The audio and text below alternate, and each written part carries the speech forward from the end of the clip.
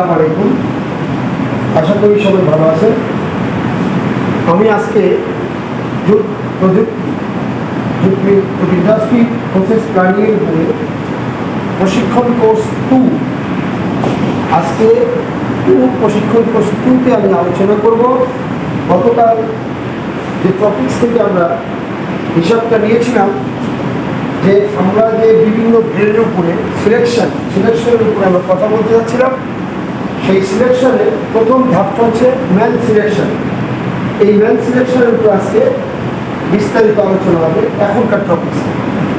আপনার মনোযোগ দিয়ে শুনুন এবং আপনাদের ভালো লাগলে আমার ইউটিউবে সাবস্ক্রাইব করবেন।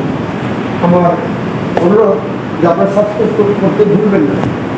তো ম্যান সিলেকশনের ক্ষেত্রে আমি এখন মূল আলোচনায় আসছি যে 1 নাম্বার ম্যান সিলেকশন। এই ম্যান সিলেকশন যদি সঠিক না থাকে, ওই ম্যান সিলেকশনের ক্ষেত্রে আমি কালকে কিছু গ্রুপ ডিপার্টমেন্টের সাথে কথা বলছিলাম। তো ম্যান সিলেকশন যদি সঠিক না থাকে তাহলে আমরা কী কী প্রবলেমে করতে পারি। গ্রুপ ডিপার্টমেন্ট নিয়ে গতকাল আংশিক কিছু কথা বলেছিলাম যে যিনি জুটের প্রধান, উনি জুটটাকে সুন্দর করে কোয়ালিটি ওয়াইজ সাজাবেন, গ্রেড ভিত্তিক জুটকে মিলে ইস্যু দিবেন, সরবরাহ করবেন। এইবার আমরা যে সমস্ত প্রসেসের লোক যাদেরকে সেট করব, তার মধ্যে আছে হলো কোয়ালিটি কন্ট্রোল, প্রোডাকশন প্রসেস যারা থাকে, সুপারভাইজার থেকে শুরু করে পিএম পর্যন্ত আপ টু জিএম। আমরা যদি সবাই নজরদারি বাড়িয়ে দিই, ডিপার্টমেন্ট করি, এই ম্যানগুলো সিলেকশনের ক্ষেত্রে খুব সাবধান। অ্যাকচুয়াল কথা হচ্ছে আমাদের টার্গেট কাজ হলো কোয়ালিটি প্রোডাকশন। ক্রেতার চাহিদা আমাদেরকে ফুলফিল করতেই হবে। যদি আমরা কোনো রকম এই বিষয়ের উপরে কার্পণ্য করি তাহলে আমরা ওই কোয়ালিটির জায়গায় পৌঁছতে পারবো না। জুট ডিপার্টমেন্ট জুট দিল, এইবার সিস্টেমেটিক ওয়েতে আমরা যে জায়গায় ম্যান সিলেকশন করা আছে, সেটিং করা আছে, তারা তার কাজ করে যাবে। ব্যাকসাইডের যে ডিপার্টমেন্টটা সেটা হলো বেসিং ডিপার্টমেন্ট। বেসিং ডিপার্টমেন্টের যে মেশিনগুলো বা বিভিন্ন কার্যকলাপগুলো আছে সেগুলো ওই লোকগুলো দ্বারা নিয়ন্ত্রিত হবে। এবং আমাদের ম্যাক্সিমাম লোক হচ্ছে র হ্যান্ড, গ্রামের মানুষ, অশিক্ষিত। গ্রামের মানুষ সবাই অশিক্ষিত তা না, কারো স্বামী নাই, কারো সন্তান ভাত দেয় না। এই সমস্ত লোক, মহিলাই ম্যাক্সিমাম আমাদের দেশের কর্মজীবী, বিশেষ করে যুদ্ধ জগতে। সেখানে যারা ইয়াং পুরুষরা কাজ করে তারা বিশেষ করে লিডার লেভেলে থাকে, যেমন সর্দার, রিলিভার। তার উপরে থাকে স্টাফেরা, অফিসার স্টাফ, এপিও, পিও ইত্যাদি। তাদেরকে এই ম্যান সিলেকশনের ক্ষেত্রে তাদেরকে অবশ্যই একটা মাথায় রাখতে হবে যে আমি কি মাল বানাতে যাচ্ছি, কি প্রোডাক্ট তৈরি করতে যাচ্ছি, যেটা বিদেশ থেকে আমাদের অর্ডার আসে। অর্ডার কপির সাথে মিলিয়ে ওই সুতার ক্রাইটেরিয়া কি, বৈশিষ্ট্যগত দিক কি, সেটা আমাদের অবশ্যই জানতে হবে। জেনে আমাদের ব্যাচ সিলেকশন করতে হবে। এইটা আমি কথা বলছি, আমি ব্যাচে আগে যাব না, আগে ম্যান সিলেকশন। ম্যানগুলো সে ব্যাচিং ডিপার্টমেন্ট সম্পর্কে জানে কি। তারপর আসে ব্যাচিংয়ের পরেই আছে প্রিপেয়ারিং সেকশন। এই প্রিপেয়ারিং সেকশনের মধ্যে দুটো ভাগ আছে, একটা হলো কার্ড লাইন, একটা হলো ড্রয়িং লাইন। আমি কালকেও বলছি মেশিন সিলেকশনের মধ্যে এগুলো পড়ে যাচ্ছে। আপনি আগে ম্যানটা সিলেকশন করেন যে সে কার্ড লাইন বোঝে কিনা, ডাবলিং বোঝে কিনা, ডেলিভারি বোঝে কিনা, মেশিনটা ক্লিন আছে কিনা। মানুষ এই বিষয়গুলোর উপরে যারা প্রশিক্ষিত হবে, ট্রেনিং প্রাপ্ত হবে, তাদেরকে ওই জায়গায় সিলেকশন করবে। আমি জাস্ট আজকে শুধুমাত্র ম্যান সিলেকশন নিয়ে ধাপে কথা পার করে দেব। আপনারা এটাকে খুব মনোযোগ সহকারে শুনবেন, আপনাদের লাভ। ম্যান সিলেকশনের ক্ষেত্রে যে ধাপটা মনে করছি, এটা প্রত্যেকটা লোক, কেউ কিন্তু শিক্ষিত না, মানে প্রশিক্ষিত না। তাদেরকে কাজ সম্পর্কে অলওয়েজ ধারণা দিতে হবে।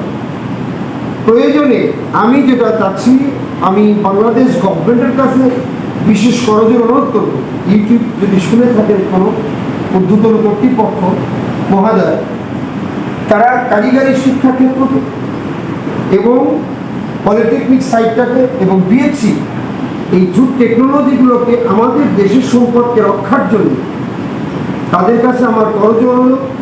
দেশটাকে আমরা ভালোবাসি, আমরা ওই জায়গায় এই জুট টেকনোলজির বিষয়ে বিশেষ গুরুত্ব আরোপ করব। এবং ওখান থেকে কিছু ছেলেপেলে যদি আমাদের বের হয়ে আসে, তাদেরকে আমরা আমাদের মালিক মহোদয়রা বা সরকারি ইউনিটগুলো যেগুলো বন্ধ আছে সেগুলো যদি আমরা ভালো করে প্রোভাইড করতে পারি টেকনোলজি দিয়ে, আস্তে আস্তে মেশিনগুলোকে যদি ধাপে ধাপে আমরা উন্নয়ন করতে পারি মানুষ দিয়ে, ওই ভালো ভালো মানুষগুলো সেট করে, প্রশিক্ষিত মানুষগুলো সেট করে, তাহলে কিন্তু জুট মিলগুলো আবার পুনর্জীবিত হবে। এটাই আমার ধারণা এবং আমার মনে হয় ভালো এই রেজাল্টটা আসবে। আমি অনেক কাজ করে দেখেছি এর পিছনে, মানুষকে শেখানো যায়, ওদের বললেই হয়। আমাদের দেশের এই জুট মিলগুলো দাঁড় করাইতে অনেক উচ্চশিক্ষিত লোক লাগবে না, প্রশিক্ষিত লোক লাগবে, যাদেরকে আমরা গভর্নমেন্টের ভাবে বিভিন্ন কারিগরি শিক্ষালয়, vocational, diploma polytechnic plus BSc, এগুলো যদি আমরা ওদেরকে জুট টেকনোলজির সাইডটাকে একটু ধাপে ধাপে শিখিয়ে নিতে পারি, তাহলে আমি আশা করি জুট মিলগুলো সুন্দর একটা পরিবেশ সৃষ্টি হবে এবং জুট মিলগুলো কোয়ালিটি প্রোডাক্ট তৈরি করতে পারে যদি ধাপে ধাপে মানুষগুলোকে আমরা প্রশিক্ষিত করতে পারি। আর এই প্রশিক্ষিত একটাই পথ হলো এদেরকে শিক্ষার ক্ষেত্রের মধ্যে জুটের যে ব্যবস্থাপনা আছে, জুটের যে পরিকল্পনা আছে, জুটের যে প্ল্যানিং আছে, সেগুলো তাদেরকে শিখিয়ে দেওয়া। সেটা জুট মিলে যারা চাকরি নিবে তাদেরকে আমরা ওভাবে শিখেলাম। যেমন একজন কার্ড লাইনের ফিগার, সে যদি জানে আমি কিভাবে মালটা ফিট করব, আমার কতটুকু মালের ওজনের দরকার 100 গজে, একজন ফিগার যদি জানে, সে কিন্তু ইজিলি ওই মালটার কোয়ালিটি সম্পর্কে সে অবগত হলো। সামান্য একটা জিনিস, আমার 5 গজের ওজন কত দরকার, ফিনিশার কার্ডে 5 গজের ওজনের দাম দরকার কত, এইটা আমরা প্রশিক্ষণটা দেব। অশিক্ষিত নেই, স্বামীহারা, বাস্তহারা, তাদেরকে আমরা প্রশিক্ষণ দিয়ে আমরা কাজ করাইতে পারি। ইনশাল্লাহ বিশ্ববাজারে যত সভ্য জাতি হোক, যত উন্নত জাতি হোক, আমার সুতা তারা, আমাদের সুতা তারা নিবে এবং এই সুতাকে তারা মান সম্পূর্ণ সুতা বলে ঘোষণা দেবে, কোয়ালিটি সম্পূর্ণ সুতা বলে ঘোষণা দেবে। সেই ক্ষেত্রে কোয়ালিটি যারা থাকবে তারা এই কোয়ালিটি নিয়ে ইয়ার্নিং করে লেখাপড়া করবে, করে ওই মানুষগুলোকে প্রশিক্ষিত করবে, সাথে যারা সুপারভাইজার তাদের প্রশিক্ষিত। এই গেল ধাপ। তারপর ড্রয়িং আসে, ড্রয়িংয়ে অনেকগুলো ধাপ আছে, first drawing, second drawing, third drawing, এরকম একটা ধাপ আছে। এই ধাপের মধ্যে যারা কাজ করে তারা কিন্তু শ্রমিক, মাঝখানে দিয়ে যে সুপারভাইজার থাকে তাদেরকে অবশ্যই ওই মানুষটাকে সেট করতে হবে, তাকে বুঝাইতে হবে যে ডাবলিং মিসিং যেন না হয়। ঠিক ওই ডাবলিং মিসিং যদি কেউ না করে, কোয়ালিটি মিক্সিং না করে, কালারগুলো মেনটেন করে, যে আমি কোন ধরনের পাটের সুতা তৈরি করছি, রেডিশ কালার, গোল্ডেন কালার, না অ্যাশ কালার, না হোয়াইট কালার, তারা জানলো। জানার পরে একটা ওজনের হেরফের আছে, তারা এই জিনিসটাকে জানলে ড্রয়িংটা পার করে দিলে স্পিনিংয়ের সুতা পাঠানো শুরু হবে। সেখানে কোয়ালিটি কন্ট্রোল অত্যধিক কষাস হইতে হবে যে আমার এই কোয়ালিটিতে কি করলে কত দাঁতের পিনিয়ার লাগালে আমার কোয়ালিটি, সে 10 পাউন্ড সিবি মাল, তাহলে আমার 10 পাউন্ড সিবি মাল বানাইতে গেলে টিপিআই এবং বিসিপি কত দিতে হবে, এগুলোকে টেকনিক্যাল লোক লাগবে। এই জন্য ম্যান সিলেকশন অতীব জরুরি।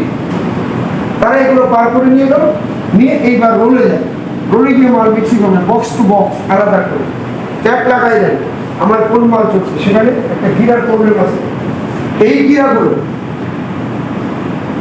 গিয়ার মাল যত তাড়াতাড়ি আমরা ডেভেলপ করতে পারবো, বিশ্ববাজারে যেখানে কার্পেট তৈরি করে বা বড় বড় কার্পেট ব্যাকিং ক্লথ তৈরি করে, সেখানে সুতা ছিঁড়ে যায়।